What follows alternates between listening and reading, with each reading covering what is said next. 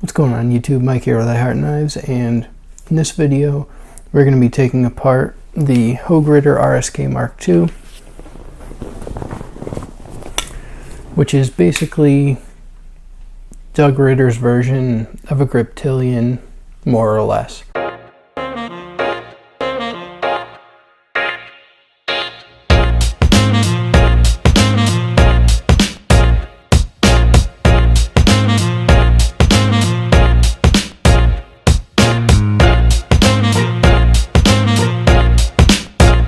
He used to make the Ritter version of the Griptilian for Benchmade, and then they had, you know, not a falling out, but Benchmade and Doug Ritter stopped working together. He went with Hogue and made the RSK Mark II and Mark I. I've already started taking it apart. I wasn't going to show you guys this, but you know, I'm about halfway through. It's all disassembled. I started cleaning the blade. I figured I would just bring you guys along and show you putting it back together. Just the blade and the washers are clean. I still have to clean, you know, the inside parts like the liners and springs and pivot and all that. I'll move the camera angle down to show you guys the cleaning process. I'm going to polish the phosphor bronze washers. Let me bring you guys down and we'll get right into it. Alright guys, so at this point, like I said, I've already cleaned off washers and I've cleaned off the oil from the blade. I grabbed some paper towels. I'm just using isopropyl alcohol. This is 99%. I actually like the lower versions a little bit better. I think 91 is what I usually use. 99 actually doesn't dissipate as easily as the lesser amounts. For whatever reason, it like sticks around longer. So just go ahead and clean off the pivot screw, the pivot, and I'm not gonna like take this whole thing apart. I'm just taking you know, this section where the blade sits in and just cleaning it out. I'm not actually gonna remove all the springs and all that. Just getting any like dirt or grime or anything off. This section stays pretty clean though, I have to say.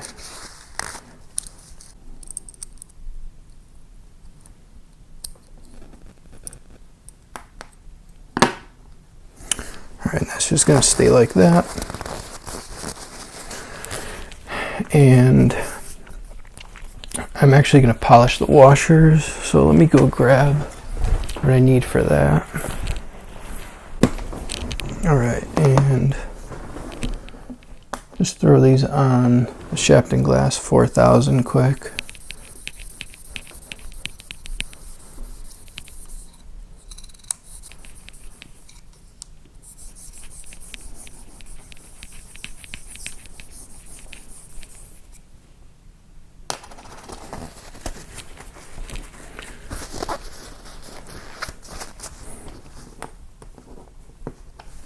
Go ahead and clean them a little bit. Alright, and then throw them on the Kyocera 10,000.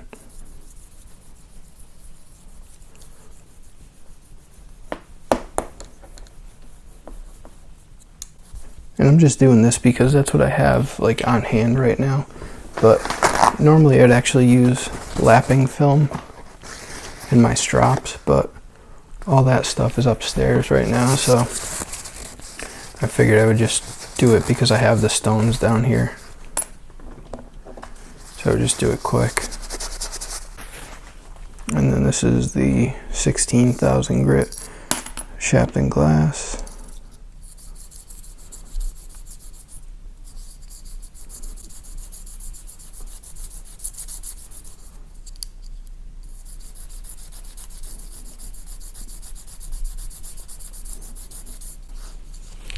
Okay.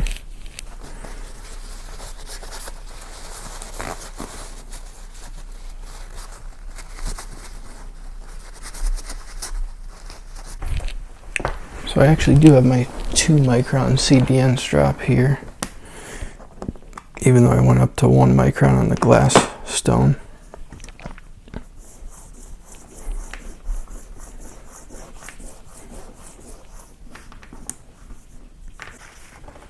And here you should be able to see, you know, it's pretty shiny.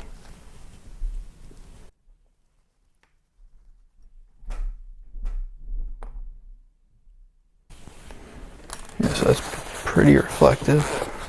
I think it's definitely reflective enough. I don't have to go crazy with it.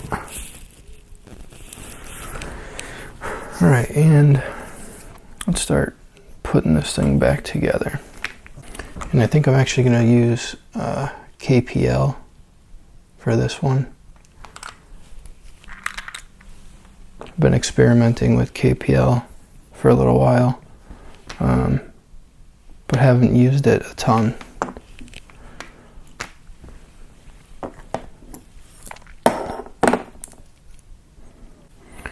Alright, I think what I'm going to do is put this back in the slot in the scale, and then throw 1 screw, the body screw, in right here,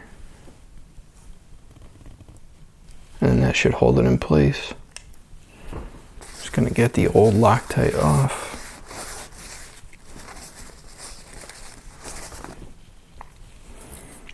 And get a new Loctite.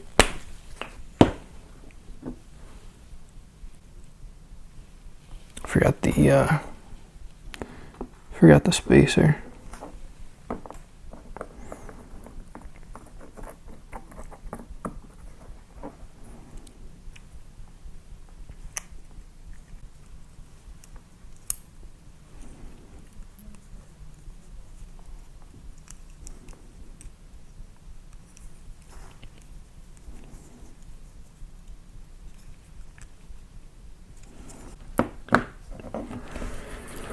And then I think what I'm going to do is take the blade,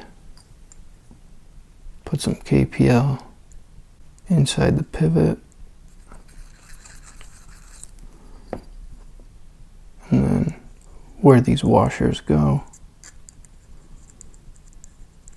put a couple drops. That'll give us a little surface tension to keep it where we need it so it doesn't move.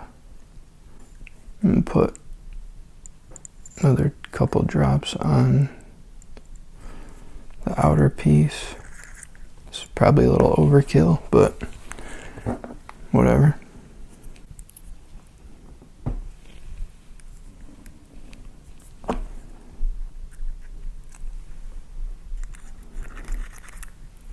Okay, that's in.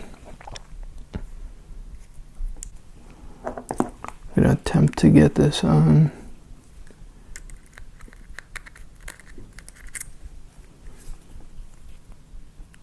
Push the pivot through.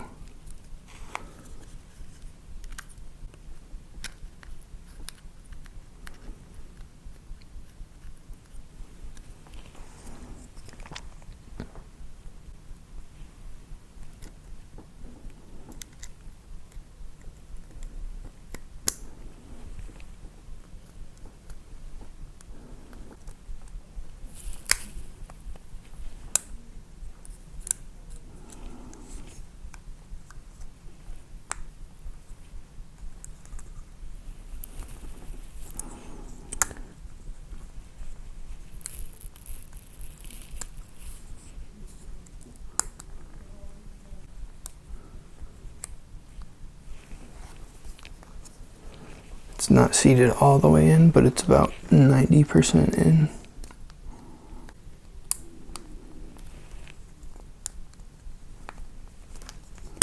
There we go. So as you can see now, the pivot came all the way up through. See right there.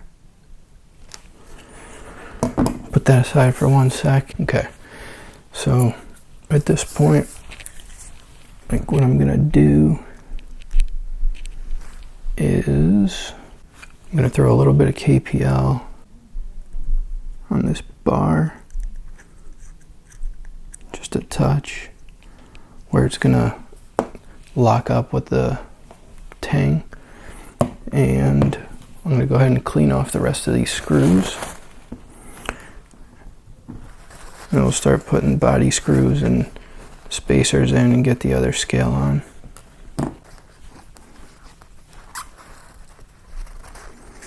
This Loctite stays on pretty good. Usually it comes off easy with alcohol, but this one's actually pretty tough to get off, which isn't really a big deal. I could just leave it on, but I like to try to get the old stuff off.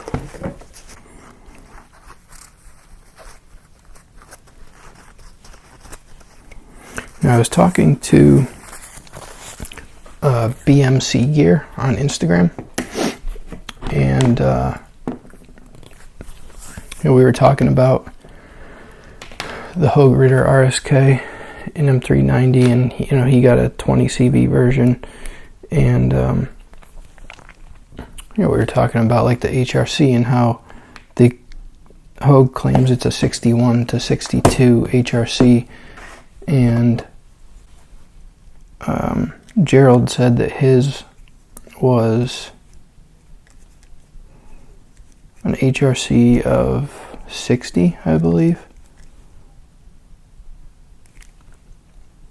But I'd be interested in seeing what this one comes out at. I was telling BMC Gear how this knife, for me at least, the edge retention doesn't seem like it's much better than like the standard M390 that we're used to. I don't know, maybe it's in my head, but it doesn't seem like it's anything too crazy.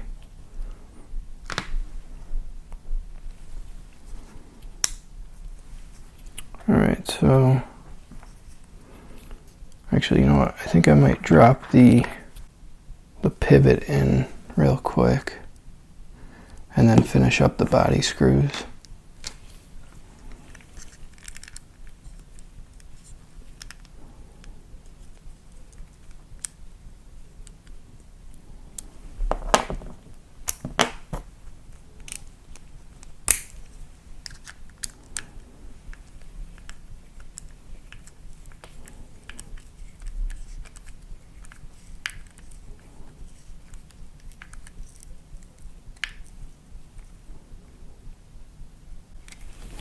I'm not going to kill it. I just put it down, tight enough to hold it in place and get the other body screws back on.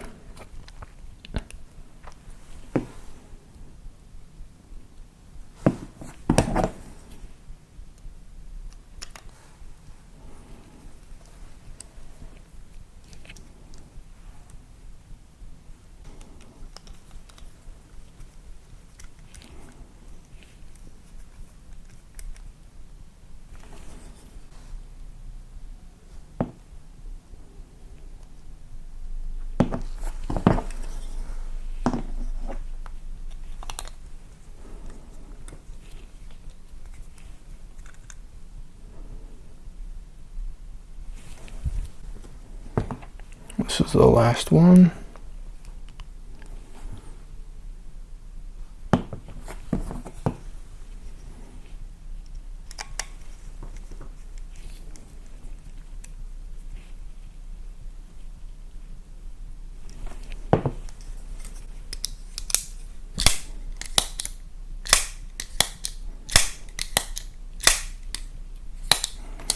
All right, and let's see if we can just tune the action up a little bit. See if I can back it off just a touch more.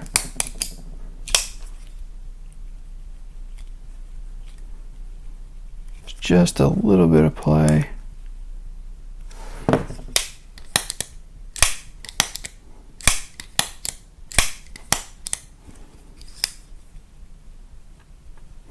There's no play there.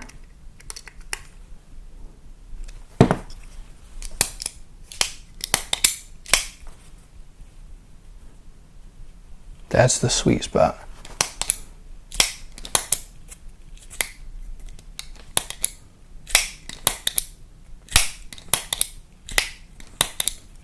This thing was pretty easy to take apart. It's not too bad.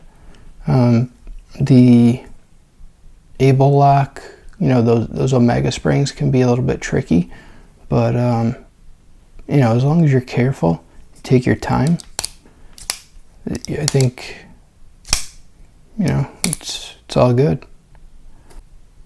Centering's perfect.